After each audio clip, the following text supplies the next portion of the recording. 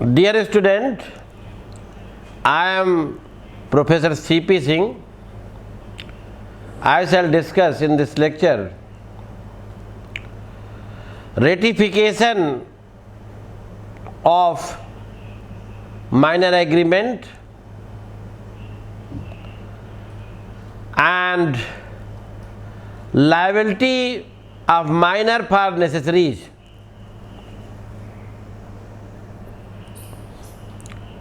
Ratification का मतलब ये होता है एक्ट ऑफ कन्फर्मिंग और approving the doctrine of ratification implies that an agreement made by minor can't be confirmed by him on attaining majority. This is so because minors agreement are void ab initio and therefore can't be valid by ratification. However, if the minor wants to carry out the agreement, a fresh agreement should be made on attaining majority, and new agreement will also be can't be taken as consideration for the new agreement.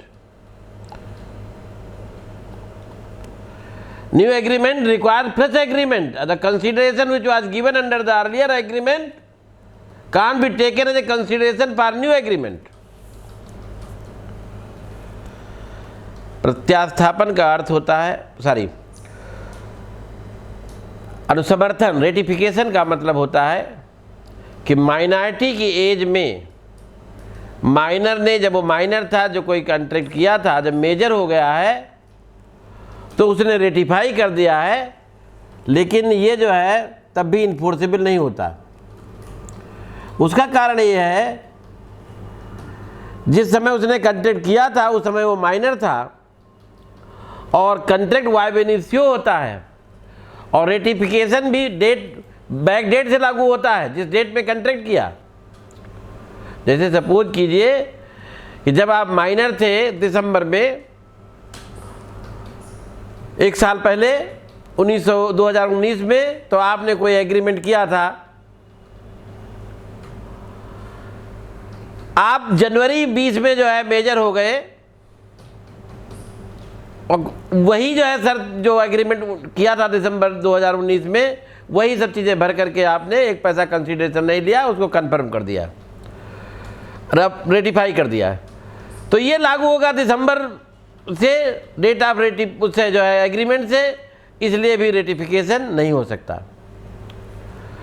Suraj Narayan versus Sukhu Ahir के case में 1928 का है, एक आदमी जो minor था तो उसने कुछ रुपया उधार लिया था और प्रोनोट लिख दिया था।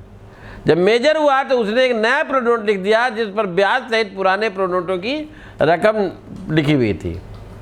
कोर्ट ने कहा दूसरा प्रोनोट जो है वाइड था क्योंकि उस पर कंसिडरेशन नहीं था। इसी तरीके से इंद्रन रामास्वामी वर्सेस अंथिप्पा चेटियार के केस में एक माइनर था, उसने 5,000 रुपया एक मनी लेंडर से उधार लिया था। प्रॉमिसरी नोट जो है उसने लौटाने के लिए जो है लिख दिया था। जब मेजर हो गया तो उसने एक फ्रेश प्रॉमिसरी नोट जो है फेवर में फिर से लिख दिया और वही पैसा जो अर्लियर लिया था उधार, वही जो है उसमें लिख दिया। The second promissory note was also void because there was no fresh consideration for it. यदि हम नया माने कंसिडरेशन तो उसमें उसको नया एग्रीमेंट माने तो इसमें उसके लिए कोई कंसिडरेशन नहीं था। We could not recover the amount on the basis of second promissory note. Here as act of executive fresh promissory note will not ratify the agreement made during his period of minority. लेकिन जो है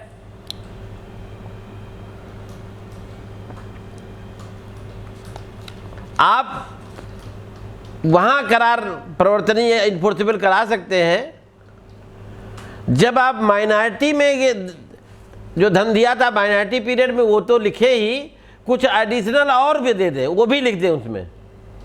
चूंकि agreement के लिए, suppose कीजिए आपने 1 लाख रुपया किसी को उधार दिया था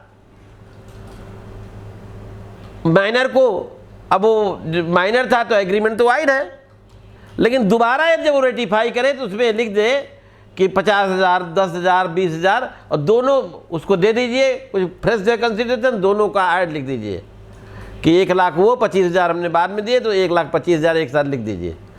तब जो है ये वो हो जाएगा। कंसिडरेशन जो है उसके लिए पर्याप्त होना जरूरी नहीं, मान लिया 25,000 मिले 1,25,000 की जगह पर, तब भी वो वैलिड है, सफिशिएंट होना जरूरी नहीं है। इसी तरीके का कायद कुंदन बीबी वर्सेस श्री नान 1996 का है। इसमें एक माइनर ने माइनॉरिटी पीरियड में 7,000 रुपये उसको कुछ चीज़ें दी गई थी, जब मेजर हुआ तो उसने 76 की और उसको कुछ चीज़ें दी गई और प्रोनोट में 7,076 लिख दिया गया है। तो ये जो है क्या था, वैलिड माना गया। क्यों माना गया? जो दूसरा जो प्रोनोट था उसमें 7,077 लिखा गया था, पहले उसने 7,000 रुपया दिया, 77 उसने बाद में दिया, दोनों को ऐड जो है करके जो है लिख दिया। और होता क्या है कि कंसीडरेशन के लिए सफिशिएंट होना जरूरी नहीं, अब यदि वो भी माने तो 7,077 की जगह पर वो 7,077 दे रहा है तो उसकी इच्छा है, तो इसमें जो है वैलिड माना गया। अब इसके बाद आती है कि बेनिफिशियल कॉन्ट्रैक्ट क्या है। बेनिफिशियल कॉन्ट्रैक्ट के पहले हम एक चीज़ आपको बता दें कि जो इंग्लैंड में है सारे एग्रीमेंट माइनर द्वारा किया गया वाइड नहीं माने जाते, कुछ वाइडेबल होते हैं, कुछ वाइड होते हैं, लेकिन 3 तरीके के अकाउंट जो उनके हैं एग्रीमेंट, उनके यहाँ भी वाइड माने जाते हैं। जैसे लोन लेना देने का प्रावधान किया है, हाँ, सेल ऑफ गुड साइड की या विक्रय की संविदा किया है, और अकाउंट एग्रीमेंट फॉर अकाउंट्स, ये 3 एग्रीमेंट इंग्लैंड में भी जो है वाइड माने जाते हैं, वैलिड नहीं माने जाते। अब बात आती है कि माइनर जो है एजेंट हो सकता है, 184 में कहा गया है कि कोई भी व्यक्ति एजेंट हो सकता है। बेनिफिट ऑफ द फर्म जो है प्रॉफिट प्राप्त करने के लिए फर्म में भी रह सकता है, जब मेजर हो जाएगा तो 6 महीने के अंदर उसे ऑप्शन चुनना होगा। नेगोशिएबल इंस्ट्रूमेंट एग्जीक्यूट कर सकता है, ये सब माइनर को करने के राइट हैं। अब जो है नेसेसरीज के लिए भी यदि माइनर को सेक्शन 68 प्रावधान करती है, if a person incapable of entering into a contract और anyone whom he is legally bound to support is supplied by any other person the necessaries suited to his condition in life, the person who has furnished such supplies is entitled to be reimbursed from the property of such incapable person. यदि किसी minor को या contract करने में incompetent person को, या जिसका वो माइनर या इनकॉम्पिटेंट पर्सन लीगली सपोर्ट करने के लिए बाउंड है, उसको जीवन के लिए जरूरी चीजें आपने सप्लाई की हैं, तो उसकी प्रॉपर्टी से रिकवर किया जा सकता है, वसूला जा सकता है प्रॉपर्टी से, पर्सनली कोई वो नहीं है। 2 इलस्ट्रेशन सेक्शन में दिए हुए हैं, A supplied the wife and children of B a lunatic with necessaries suitable to their condition in life. In this case, A is entitled to reimburse from B's property. Second दिया हुआ है, A supplied B a minor with necessaries suitable to his condition in life. It is the in this case.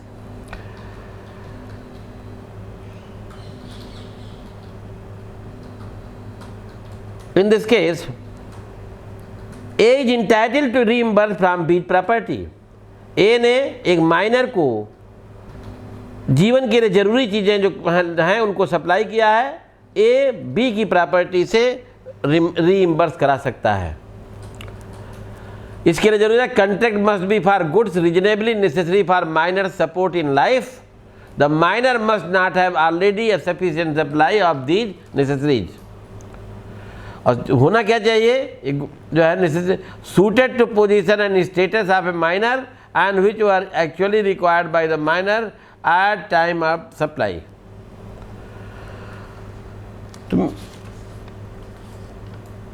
Thank you very much.